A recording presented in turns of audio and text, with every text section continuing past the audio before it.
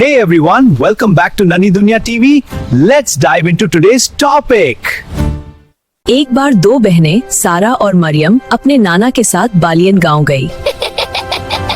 ये गांव पहाड़ों में था जहां हर तरफ हरियाली और छोटी छोटी झोंपड़ियां थी।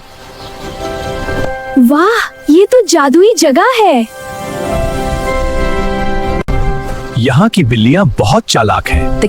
वो दूध चोरी करती और पेड़ों पर चढ़ती। बच्चियों ने देखा एक सफेद बिल्ली ने बॉल से खेलना शुरू किया। चलो हम भी खेलें। वो बिल्लियों के साथ दौड़ी, फल तोड़े और दरिया में पत्थर फेंके। ये बिल्लियाँ गांव की मुहाफिज हैं, जो बुरे सपनों से बचाती हैं। बच्चियों ने सितारों को देखा और सोचा ये सैर कभी नहीं भूलेंगी। सबक, नई जगहें नई दोस्ती और मजा देती हैं।